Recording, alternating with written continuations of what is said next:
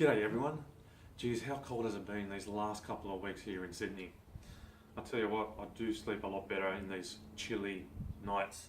And of course, your temperate carnivorous plants also sleep well in these icy, wintry conditions.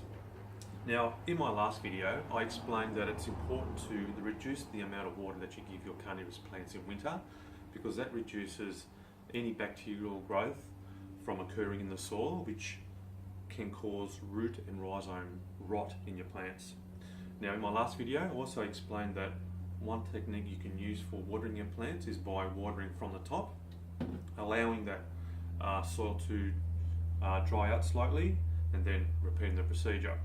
Now, of course, there is another technique you can use, and that's by watering your plants from the bottom into your watering tray.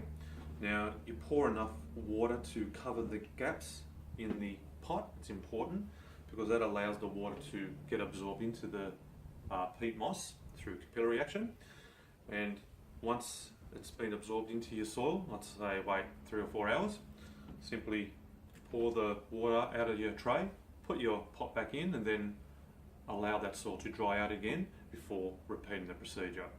Now, what I like about this technique is that in my last video you probably saw how I was watering from the top, and it actually caused one of my fly traps to actually close.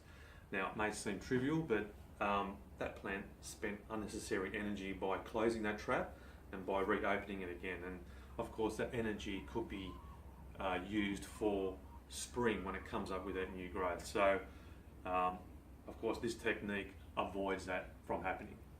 So, till then, happy growing.